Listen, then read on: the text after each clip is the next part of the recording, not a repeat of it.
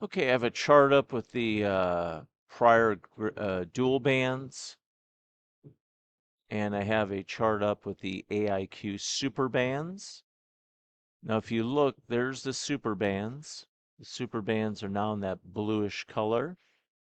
And I'm going to show you differences in the computational style and the math calculation we moved to. And it took a while to get this thing to work right on Quantower. And I'm going to show you some differences that you should be able to see kind of once I highlight it. So for the most part, I've matched up settings. Um, right away, watch this. Just watch this. Here's the iGrid dual bands.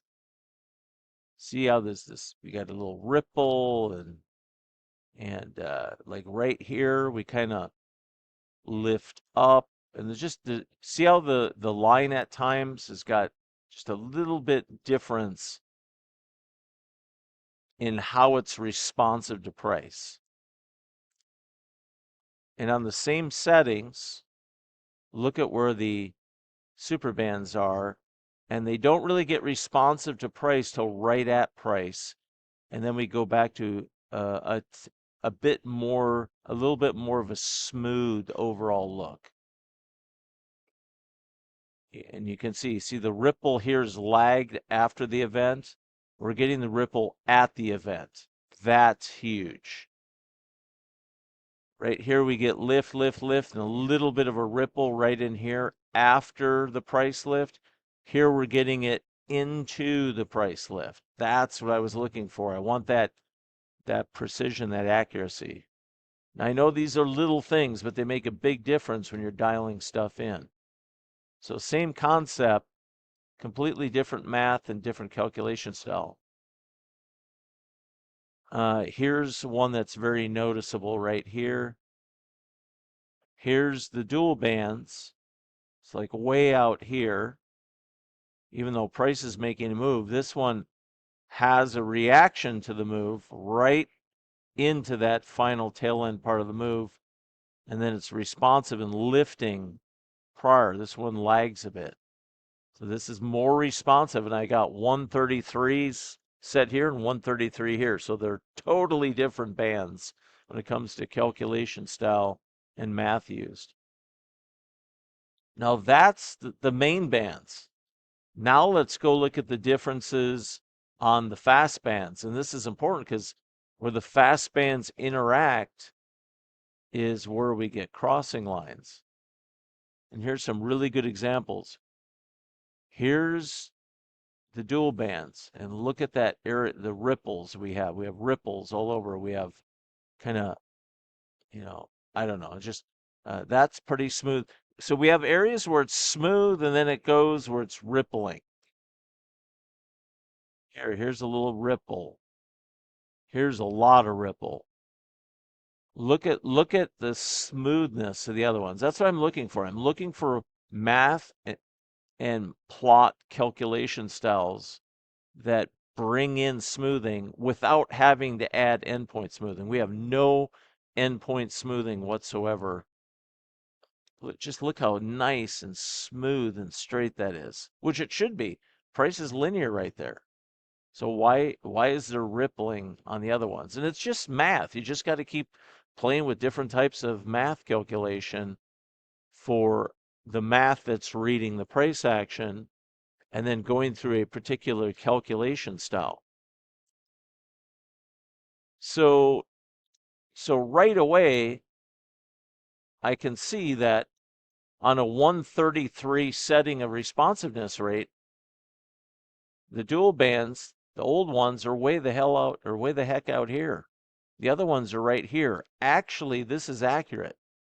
So in a 133 responsiveness rate with the exact same deviation setting, the superbands are just hyper responsive to price for that setting. That's actually accurate. The other ones are out a bit.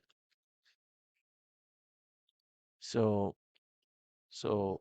we got these, took a while, but I'd say they're about 98% dialed in. I could play with them a little bit more, but I mean, it's fully workable now. I'm going to put these out to the group today. I'm not going to do it first thing in the morning. I know, and today's a Fed day. I don't want people tinkering around and getting all, it's like when you're getting ready for a Fed day and it's during the trade day, it's best to not be dinking around with tools. Get your trade day done, then go play with tools. But I've been working on it, working on it, working on it. Now I've got it where I like it. So, same responsiveness rate setting, completely different.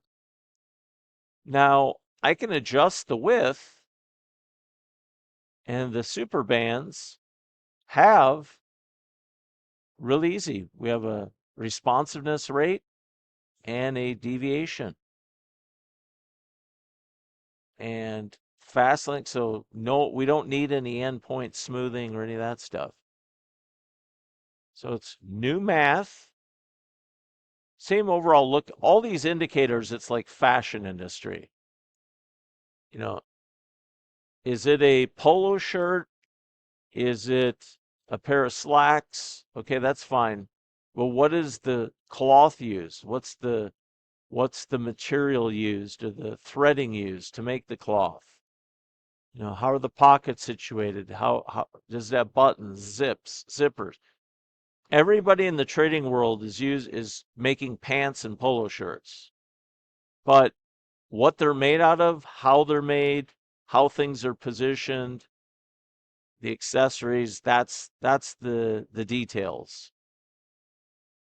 So like 50 people probably sell MACD indicators, and maybe 3 of them out there in the entire world are worth a shit because of the math that they put in them. They've modified them, they made them hybrids. So we're all selling and marketing predominantly the same stuff, but just like the car dealerships, how many companies sell pickup trucks? It's the details. It's how does it look? How does it perform? So Ford sells pickup truck. They can't cry if Chevy's out selling a pickup truck. Hey, Chevy has different details in their pickup truck. So anyhow, yeah, look at that. Look at that rippling right there. And that's with some endpoint smoothing at it. Here, no endpoint smoothing, just more responsive to price, and the math is creating and a change to the computational style of how the math is then being calculated and interpreted and plotted out on price. It's operating different. So or it's giving an ability to be more precise than anything I'd built before. And these are evolutions. These aren't revolutions. This is like my 5th version of dual band style, and it's just you change the math, you change the computational style, and that's probably about as best as I'll ever get it.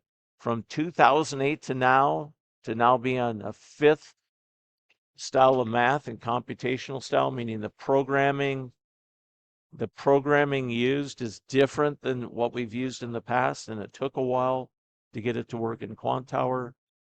And I'm good. It's like I don't think I'll spend any more time ever again on bands. I've got them where I need them. I already have them running on my FX side stuff, and they're definitely a significant measurement of improvement and accuracy the way I'm using them over anything I've had before. So that's to me is mission accomplished. Okay, since I don't need these anymore, I've advanced them now. Now I can go in and I can I'm so used to double clicking on the indicator in other platforms. Now I can go in and say, okay, now I want to start. Let's go up to like a 3. I'm going to start getting them set so that roughly 5 to 7% of price is outside the bands. From an initial quick look, yeah, I'm there. I just can tell right away. Okay, now I've got my width on this new computational style. Actually, I'm gonna bring these in just a little bit, just a little bit. So I have a little bit more price action excursion outside of the bands from this initial look. That looks good. And then now let me look at the fast bands.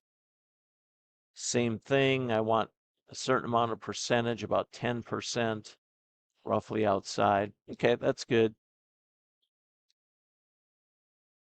So these are, I've spent a lot of time and money working on this to finally get these done, and mainly to get it working in Quantower. That actually, now we're finding out something interesting that looks like I'm going to build my own custom bar type for Quantower because we don't like the way that Quantower, when we get in and only with Renkos, no other bar type, it's just the Renkos.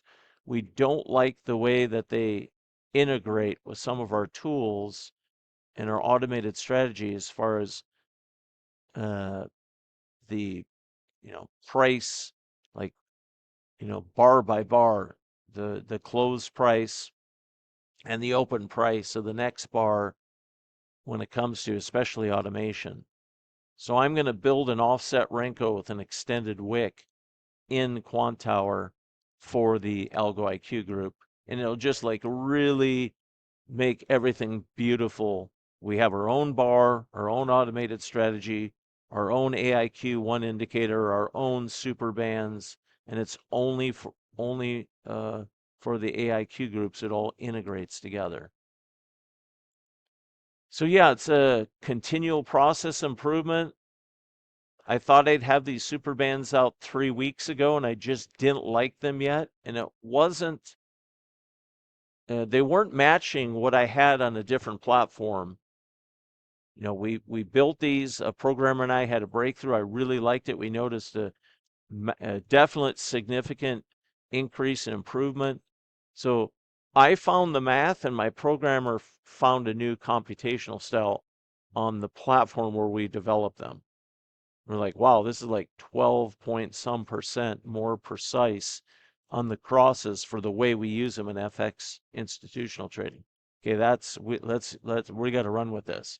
Then, okay, now let's see if we can translate it over to Quantower, and that was kind of a pain in the ass to get it to match.